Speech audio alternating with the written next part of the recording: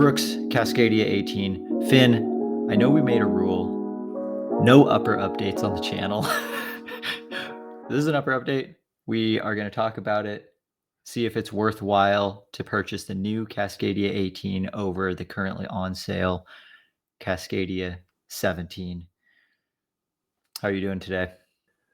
I'm doing great, and I think to add to our defense, they did a little bit of change up with the foam as well. I think it's a little bit softer foam than the 17.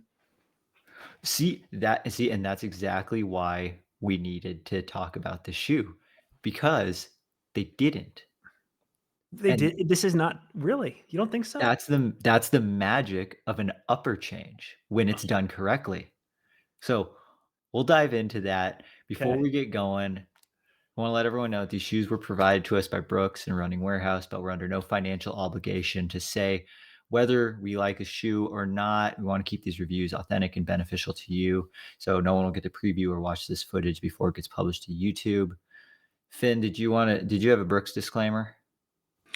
Yeah, I mean, Yes. as people who follow the Single Track podcast know, we've worked with Brooks extensively on various projects. Most recently, they were the main partner on our Western States coverage, so that should be at the forefront of people's mind, at least for my opinions. Though, I always feel strongly that I have the opportunity to be as fair and balanced. I hate that phrase for a lot of reasons. To be as to be, I promise to do my best to set aside those extenuating circumstances while reviewing Well, this show. one thing that I did think is really cool about Brooks is that, we got a chance to talk to a lot of, the designers, some of the Blue Man group, the Blue Line group, the Blue Line team when we were at Western States. And, they've watched a lot of our reviews and they have always actively encouraged basically our full honesty. Like they want to hear our true thoughts of the shoes because they're not going to get offended Yeah. if we dislike something about the shoe, and they're always looking for ways that they can improve. So, I've appreciated Brooks for that. I'll say this too, and I've said this. I probably said this on our Cascadia 17 review, but the Cascadia was my gateway shoe into the sport. Used it on the AT back in 2014. It's always been this pillar of reliability. I've called it the Subaru Crosstrek of shoes, the Honda Accord of shoes, the Hyundai Sonata of shoes. And I told you offline, it's so, to me, this shoe is fascinating because its use case has changed pretty dramatically over 18 editions. Like we had Scott Jurek in studio at Western. He talked about how when he was first brought on to Brooks, the Cascadia was really being trotted out as this racing shoe that he could compete at the top of the sport with at a race like Western States. And now, at least in my view, it's become more of like a through hiker shoe or a long, slow distance shoe or easy run shoe. And we can debate that, but to me, it's a really interesting evolution. I'm not sure how many other shoes out there have had such a metamorphosis. Yeah, no, I don't think we've seen a shoe's use case change nearly as much, even if the shoe hasn't changed that much. Like this used to be like a quicker trail race shoe 18 generations ago. And this Cascadia is much better than Cascadia 1. Yeah. But by today's standards, this is not a race shoe. And yeah, that is fascinating. I can't think of any shoes off the top of my head that have like actively changed quite that much. The only one that like kind of comes to mind is the Hoka Tecton series, where it was, small lugs, Western States shoe. Now it's supposed to be the UTMB shoe, That's a and good one. That's a really I good one. don't know. I don't know what it is now, but yeah, I guess that one's still a work in progress, I imagine. Let's do a quick rundown of the shoe stats and the materials, and then some of the differences between this and the Cascadia 17, because just looking at them right next to each other, like they don't look all that different.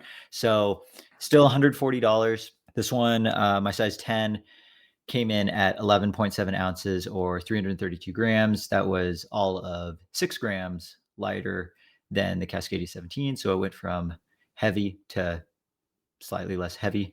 Stacks stayed the same, 25 millimeters in the forefoot, 33 millimeters in the heel for an 8 millimeter drop. We're looking at a engineered mesh upper, a little bit of plastic overlay along the forefoot and the toe box, a little bit of protection with this toe bumper. You know, I think it could survive some rock kicks and root kicks at long, slow distance or hike kind of pace, but at trail race paces, you might be mashing some toenails. The overlay, there's an overlay that goes from the heel all the way up to the midfoot now. The heel cup is still very rigid. There's kind of a medium amount of foam around the ankle and the heel along the inside. Mediumly padded tongue that is gusseted. Pull tab, pull tab on the back, and gator Velcro along the back.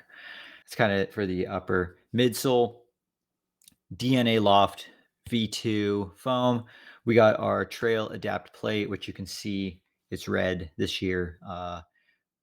You can see the little window there that goes throughout the shoe. Add some stability, add some rock protection. The outsole sticks with the Brooks Trail Tack Green outsole rubber. Outsole remains unchanged from last year. So some of the biggest differences between, well, really, actually, the only difference between Cascadia 18 and Cascadia 17 is this upper. I love that you said the shoe got softer I because, walked right into it. well, I thought the same thing as well.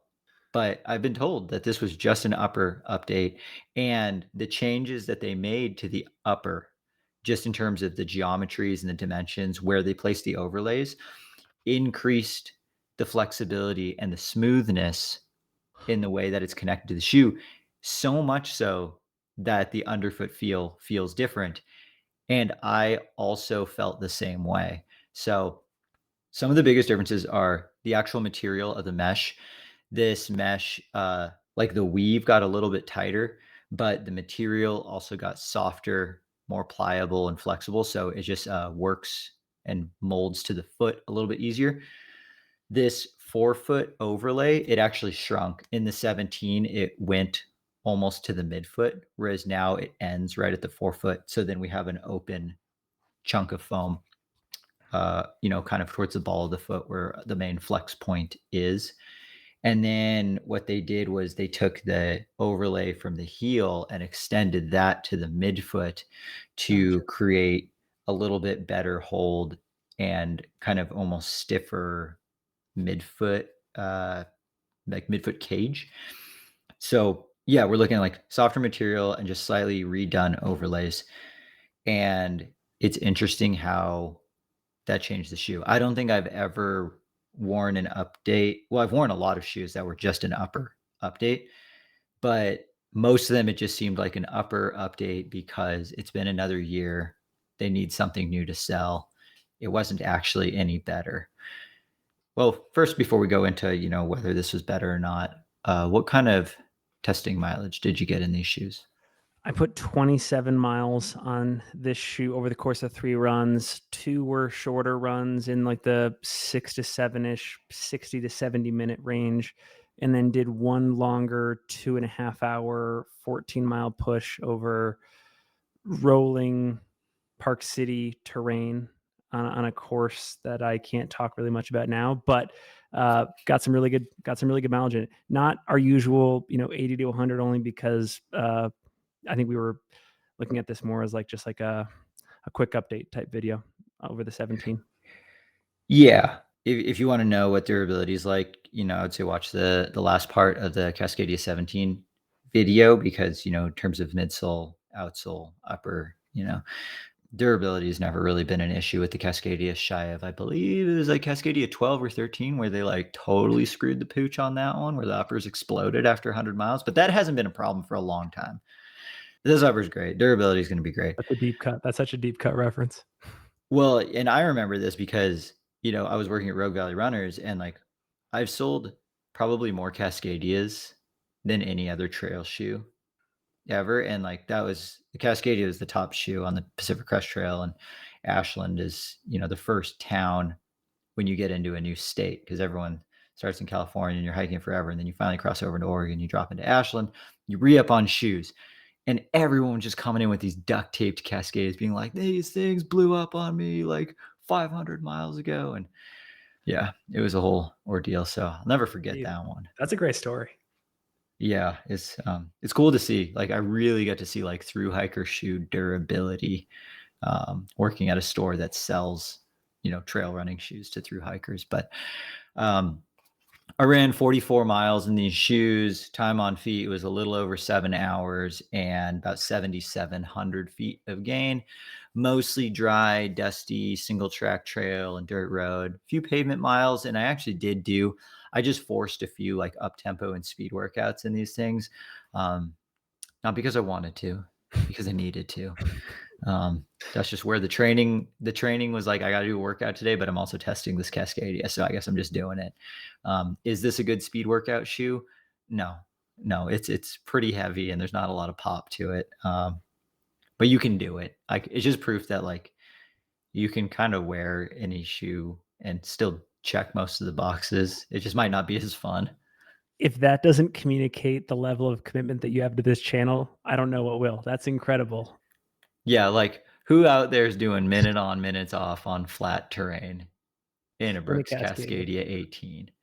But I did it, and I don't know. I guess, one thing that I did learn was that, I did have to utilize the top eyelet to get a more secure fit. The second to the last eyelet, it just didn't quite do it for me in terms of locking down my ankle. So once I went to the top eyelet, lockdown wasn't a problem. Let's see, should we talk about the fit a little bit of this new one? Sure. Yeah, we were talking offline, and you had a few lockdown problems? I'll start with the good and then I'll go to the bad because there were some unsurprising, or sorry, I should say surprising issues that I had with the shoe, especially with the fit. Couple things I'll say that were good. I think you mentioned it. There is an updated sort of mesh that's overlaying in some of the high wear areas. Like I got way more mileage in the 17, and there's just sort of improvements in durability, I think, there with this mesh. The other big thing with this upper material is breathability for me, especially in the toe box area here. This was awesome. In addition to being comfortable, I was getting some blistering in the 17 actually. Like I think we did our review and then just because I was doing some applicable runs, I think I did 2 or 3 more runs in the 17 and I started on longer runs, I started to get some blistering up in the toe box. I think it was due to overheating and sweating. This Mm. material opened that up, way softer, way more breathable, good. This is also my second favorite tongue in terms of comfortability after the Nike Zagama 2. I love how it It's sits a and good feels. tongue. Very good tongue, semi-gusseted, no lace bite, and then they put some more padding around the heel cup too, which I think is really good. That actually helped a bit with lockdown. The problem for me, and honestly, it was a big one, and I'm not sure how much farther beyond 27 miles I would have gone, is with the toe box. So on step in initially, it was really weird for me. Maybe you can help me diagnose. I felt plenty of room to splay, fine amount of room there. Did all sorts of lacing configurations to kind of tinker with like the best amount of lockdown. But anytime I started running, whether it was on uphill, downhill, not so much uphill, but like flat to downhill running, my toes kept moving pretty significantly forward, and I was Mm. banging up against this overlay here. So uh, it, it wasn't like a painful type thing. It was just like a really annoying sort of distraction while running. Like there was just plenty of room there while in step in, not enough room, or at least not a secure enough foothold in that part while running. Again, like I don't know if this is like a pre-production anomaly and it's just like my shoe was an issue, but they just like hit the toe cap at the right spot to really like annoy me. I wasn't getting like blisters or anything. It was just like a weird chafe. So it kind of sounds similar to the problems I had with the normal Tomir 2, where like the Mm, length was good. It was a fine length, but then when I ran in it, I just slid forward a little bit. And I'm curious if, I think the answer is probably like, this isn't your shoe. But if you were to make this shoe work, I'm sure same with the normal Tomir. Like if I went up another half size, like if you went up to a 12 and a half, it right. would probably just give you that extra space to move forward and eventually get the laces to catch your foot before you hit the front of the toe box. Whether it's worth it, to go up that half size because you love the shoe so much in terms of comfort and you want to make it work, where it's like you running it just a little bigger, that answer is going to be different for everyone. Totally. But yeah, just overall bizarre because this was definitely in terms of step in feel, like we talk about that first initial feel when you're putting the shoe on. If I hadn't experienced that problem mid run, this feels like an out of the box, ready to do a long run type shoe in terms of Mhm. fit, comfortability. I felt like the initial step in improvement. The other one was very much like there was just like harsher materials on top of your foot. Like you needed that break in period. Maybe there still is a break in period here, but it's been significantly cut down. Yeah, I agree. I think the step and feel of this Cascadia 18 is so much better than the 17. The 17 was a little harsh, a little starchy, a little stiff, whereas this one feels more pre-broken. And another theory that I have for the toe banging issue, I think the 17 fit just a little bit longer than the 18 because the toe box was pointier. Even though they're built on the exact same last, this toe box got changed. Mm, It's rounder. The 17 toe box was pointy, and as a result, at the very tip of the toe, I feel like I almost got like maybe a quarter size length, maybe even less than right. that, enough to provide a little extra space. And for me, it was enough to be like, this shoe feels almost a little long. I didn't get that at all with this 18. The toe box felt so much more round and then true to size for me, but I wonder if the extra roundness of the toe box shaved that extra 2 millimeters off of the front to the point where it now became just a smidge small for, your standard mountain running that you do. Great. I bet that's it exactly. I bet it does simply come down to the change that they rounded off the toe box instead of keeping that pointy element. That makes a ton of sense because it wasn't like the outer toes, it was the middle toes, especially like the one just next to the big toe and then that middle toe that were taking the brunt of it, which would Mhm. have been Yeah. covered in a pointier shoe. Yeah, so gosh, that makes it strange for sizing because for the Cascadia 17 and the 18, I ran in a size 10 for both. And while I thought the 17 ran a little bit, just a smidge long, I wouldn't have gone for the 9.5 because it would have pinched my big toe and my pinky toe a little bit too much. Whereas this 18, I also would still just stick with a 10, even though it got maybe a couple millimeters shorter. To me, it feels much more true to size and it feels much more reminiscent. Like size wise, it feels almost identical to the Caldera now. Yeah. In terms of the midsole and underfoot feel, this is where it gets weird because it should feel the same as the Cascadia 17. But you and I clearly did not talk about our experiences in the shoe prior to recording this episode, and we both thought that underfoot it felt like softer and smoother. Nothing really comes to mind for you when you think about changes to an upper or even an outsole impacting the ride of the shoe, like more plush or more firm. Like this is one of those rare times where an upper update actually changed your perception of the midsole, the foam feel. Yeah, this is like one of the first shoes where I've ever noticed a significant difference just with the upper. A shoe that comes to mind that went through like 3 or 4 upper revisions while keeping the exact same midsole, outsole tooling was the Nike Wild Horse Mm, 3, 4, and 5 before 6 and 7 got a significant update, and those all just felt like we put a new upper on it because we had to, and every time I was like, "This upper Wild Horse 4 upper, it's not better than the 3." And then the 5 came out, and it was like, "This just feels like the 3 to make the 4 be forgotten." Didn't change the feel of the shoe at all to me. This one, though, whatever they did with the upper in terms of the back half from like midfoot to heel and then midfoot to the front of the toes, the way that it fits on the foot and the way that you can now flex the forefoot without any additional overlay crinkling, it makes the heel to toe transition smoother. Like, it's still a very minimally rockered shoe. It's pretty flat.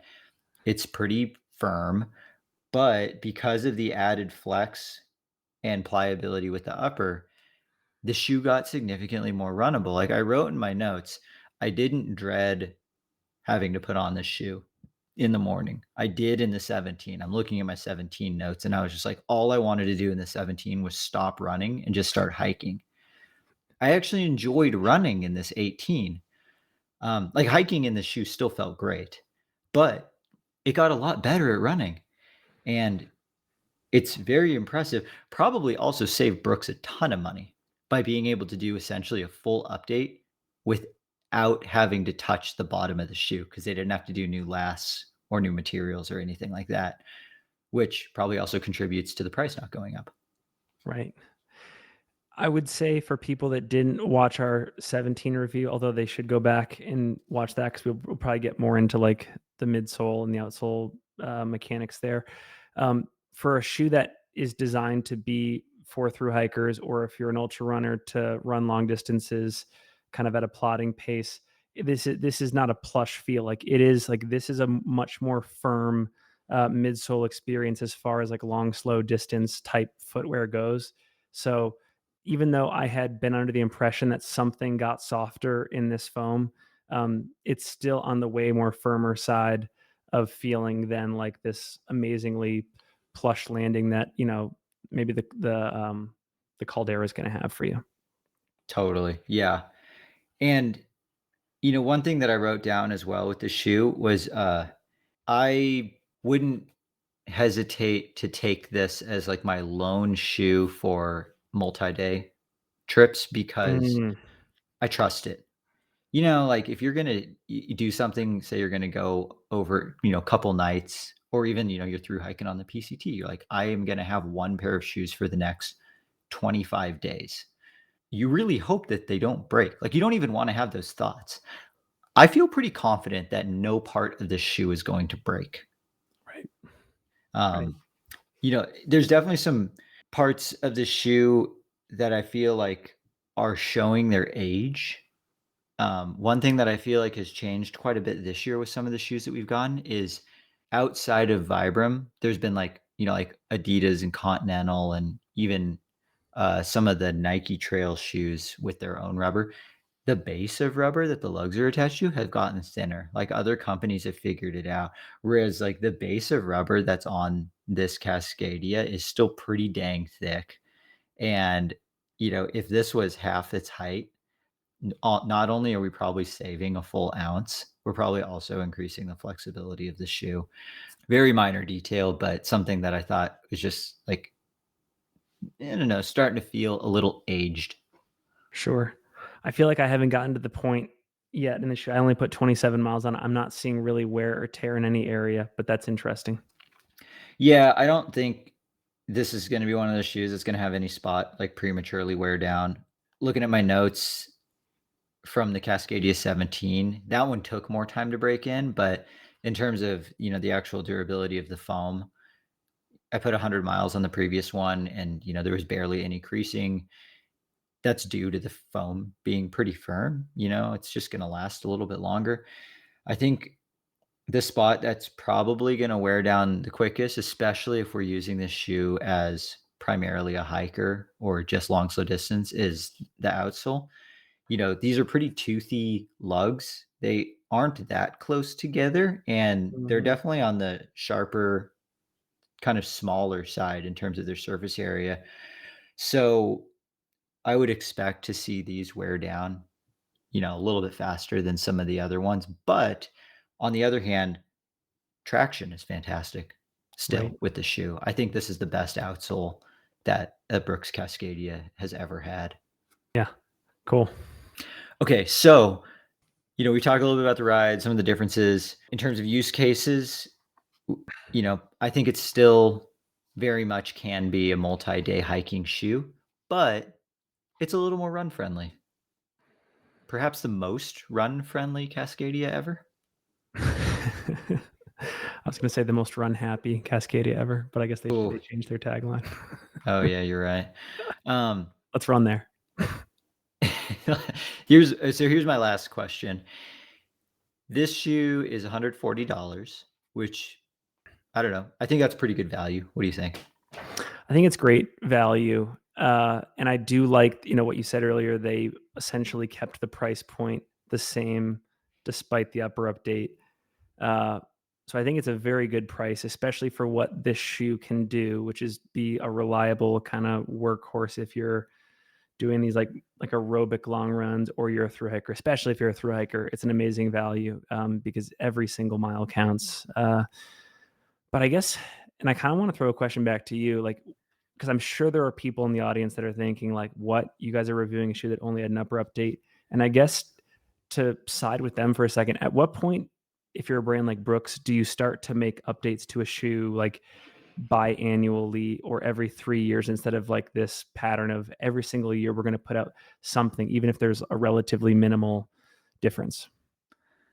I think it might depend on the shoe model and like how popular it is. Like I think this Cascadia, it's not a shoe that you're ever going to see massive updates to. They're going to be small tweaks over years. So, using this midsole outsole for 3 generations, and then in Brooks's case, just making a few slight upper tweaks to improve the fit and feel shoe, totally fine. Should Brooks do that to their top of the line racer? No, I think that tech is moving much faster than that, where they kind of need to already be knowing that when their racing shoe comes out, the next version of it is completely different and probably almost already done. And we're already looking at the third generation out. And, so I think that's just going to be something that differs in terms of just the category of shoe and what it's for. But at the time of recording, we're midway through September. You can still find the Cascadia 17 in a pretty good size range on sale for generally around $100. Finn, are you taking Cascadia 17 at $100 or Cascadia 18 at the full 140? I'm pretty sure the Cascadia 17 was one of the shoes that you and I were split on. I I enjoyed the 17, um, and the overall fit, even though it was less comfortable from like the midfoot down, just how I was able to run in it, the lockdown, my toes splaying, none of that jamming. I think the 17 is a great buy at $100, and given where I'm at with the shoe, I might actually still go buy the 17. Okay. I forget what the saying is. I'm probably going to butcher it, but I think it still works. Buy nice or buy it twice. I Like think having run in both the 17 and 18, I know that I would much rather pay the full price for the 18 because it's not just going to end up in my closet not getting used. Whereas if I pay $100 for the Cascade 7, I'm like, dang, I don't like this shoe. It's boring. It's too stiff, slappy. I would ultimately then end up not logging miles on it and buying something else. So it's like, I would rather just buy the right thing the first time. And for me, that's definitely the newer 18 because the upper is a prominent enough update where I think it's worth getting this one now. But I like well, that our answers split.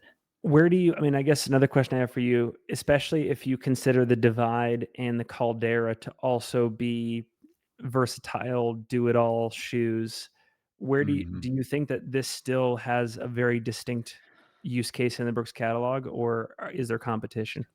It's definitely getting tighter, the window, but here's where I'll quickly categorize. So the Divide is your super budget door to trail, was a $110 trail shoe. Doesn't have as much just thickness of cushion as the Cascadia or the Caldera. So it probably isn't going to last as long. It's probably not nearly as protective over technical terrain. And if we're logging just massive hours, time on feet, it's not going to last as long. Cascadia is next. It's, the tried and true firmer shoe, hike shoe. Still the one that probably gets pulled the most when you go into like REI, It can kind of do everything. The Caldera, in my opinion, can do everything the Cascadia can do, but it's just a softer, higher cushion ride. And I think that's going to be the differentiating factor is just whether one person likes the higher cushion, softer feel, or the firmer, Mm, slightly lower to the ground. And then the divide is probably for that person who's maybe never bought a trail shoe before or is just doing a little bit of, they're trail curious. right. I like That's that. kind of how I see the lineup. I think I agree. Yeah. Yeah. But if you want to try, I guess either the Cascadia 17 or 18, I'll put links below in the show notes so you can get the shoe from our friends at Running Warehouse because your purchase helps support the channel, helps us continue to do shoe reviews like this. Still got a few more on the year. Some good ones. Yeah, we got a shoe from On coming up next. That I don't know, early hot take might be in the running for best looking shoe of the year. Yeah. We'll see. But I think a few more weeks before fall starts to set in. Yeah. And then, I mean, we've already got some snow here in the Wasatch. So Oh, okay. I have a few opportunities with this on shoe, for example, to get into the high country and see how it performs. Best of both worlds. I love these shoulder seasons because especially the fall, I'd say that you have the most versatility in the fall for environment and conditions. Yep, totally. And then then as we start winding kind of our review season down, we'll be doing a whole bunch of content from the running event, as well as I think what ended up being a fan favorite, the Shoey, the Shoey Awards, which I just made up the name of right now, but all of our favorites from 2024. I've already thought of a few different categories as well to make it entertaining. But That was my favorite episode last year. I'm stoked for that again. that was a good one. But thanks everyone for watching. Check out the Cascadia 18. We'll catch everyone in the next episode of Conversational Pace.